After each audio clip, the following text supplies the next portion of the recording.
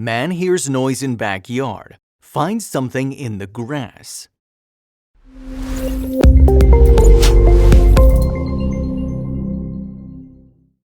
He heard a strange sound coming from somewhere on his property. The noise was nothing like anything he'd heard before. He followed the noise to his backyard where what he saw made him stop in his tracks. He sprinted to his shed where he found a sharp garden tool. He decided to prod the grass with his tool and watched in horror as the patch moved on its own. Sarah and James Carlington were enjoying their Sunday morning. They had just returned from the morning service, and that's when they noticed their yard was a little different than before. James loved to look after his garden. After all, he was a family man. Sunday mornings were normally for tending to his garden or doing odd jobs around the house. It was a beautiful, clear day in Cambridge Springs, Pennsylvania. There were warm winds on the rise after it had stormed the previous night.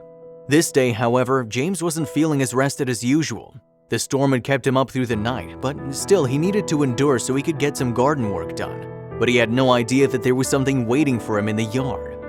James and his wife quickly ate breakfast so they could make it to the 10 a.m. service like they did every weekend. They looked forward to a relaxing Sunday doing small chores around the house. After the service ended, James was already doing a rundown with his wife on what chores he was going to do this Sunday. Because his kids had moved out, he only had his yard to look after these days.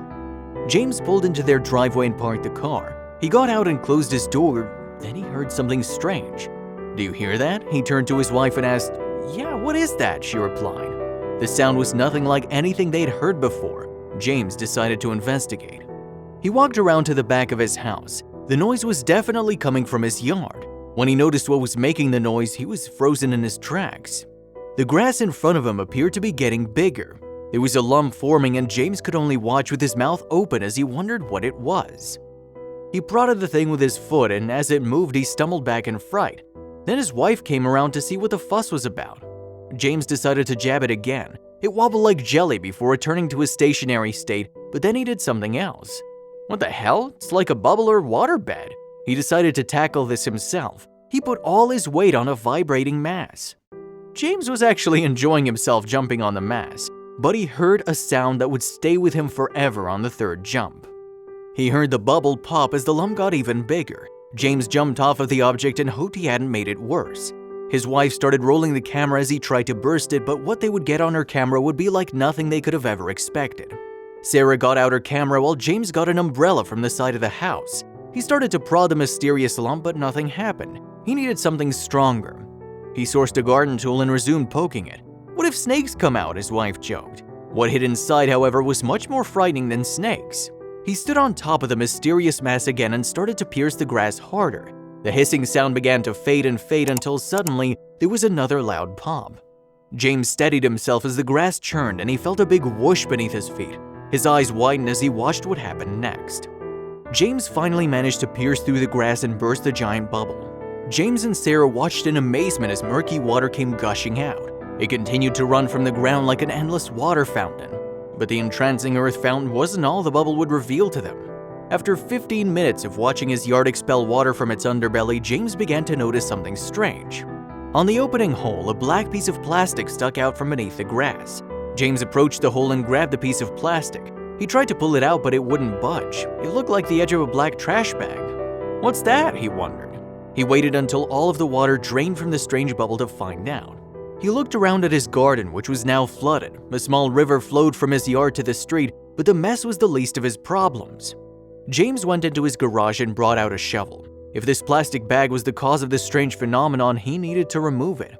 He dug into his beloved grass one shovelful at a time until he reached the culprit. He reached his hand in and tried to pull it out again, but even though the plastic bag looked like it had been there for years, it was still tough as nails. Confused, James realized that the plastic bag was much bigger than he thought. He continued to dig, hoping to find its end. He followed the plastic bag with his shovel until he stood at the end of the grass.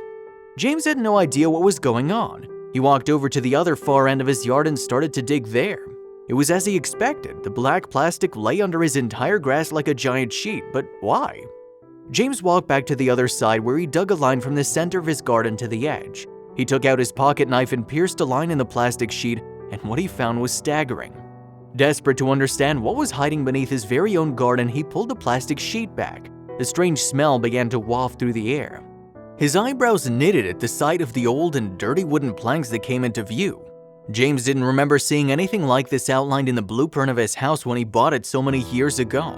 Things were about to get stranger and stranger. James called for his wife, who'd given up filming some time ago, preferring instead to begin some house chores. She walked to James's side, astonished at what he did to their garden. There was mud and holes everywhere, but just as she was about to give out to him, she saw what he was staring at. She grew silent, scrunching her nose at the smell. "What is all this, James?" she asked. "I've no idea," he replied. "Looks like some sort of structure. We weren't told about any of this when we bought the house, right?" he asked. "Honey," Sarah interrupted, "that looks like a door handle." Alarmed, James turned. "Oh my word, it does," he agreed. His heart started to pound. It was becoming obvious that his garden was anything but ordinary. James grabbed his shovel and started around the area. Then he grabbed his knife and ripped back more of the strange plastic covering. His wife stood close by as he tried to prise open the bizarre door. His mind raced with theories as he used all of his strength to open it. Was it a bunker? Some kind of ancient ruin? He started to sweat with anticipation. When the door finally gave way, James couldn't believe his eyes. It opened up to wooden stairs that had fallen apart. James's heart thumped as chills ran down his body. He grabbed his flashlight and asked his wife to hold his ankles. He lay down and dropped the front half of his body down. It looked like it was an old small wine cellar. There were still some empty bottles lying around. The place looked completely abandoned and it smelled like sour milk or fermented fruit. It was obvious that no one had entered this place in a very, very long time. It was definitely the source of the strange smell. When James managed to grab a bottle, the date left him speechless. It was dated in the early 20th century. After a painful search for his house's history, he discovered that the wine cellar had to be closed up because it was built without planning permission. But what about the giant bubble in plastic? As James and Sarah later found out, the plastic sheet was the easiest way to recover the yard's appearance and reintroduce fertile soil without having to write a pricey check to demolish the structure and buy soil from scratch. They learned that the mysterious grass bubble was a phenomenon known as a lawn blister. A lawn blister happens most commonly in lawns that have a plastic sheet underneath the grass surface. This plastic sheet is used in lawns that have bad soil in order to encourage healthy grass to grow. The plastic is placed over the bad soil and new fresh soil is placed on top, where grass will then grow and flourish. But here's how the strange occurrence happens. Although rare, water can sometimes find its way under the plastic layer and get trapped. The water will continue to build with nowhere to go, causing the grass to grow and rise with a mounting pressure. In James's case, the night of the thunderous rainfall did the trick. Luckily, there was no burst pipe, but did James put himself in danger bursting it? Although they may look threatening, they aren't dangerous, but that doesn't mean you shouldn't be careful. Depending on the size of these lawn blisters, they can end up flooding your lawn. So make sure to pave a path for the water to drain to avoid ruining your yard with excessive water. And even though James dealt with the situation well, not everybody agreed with his methods.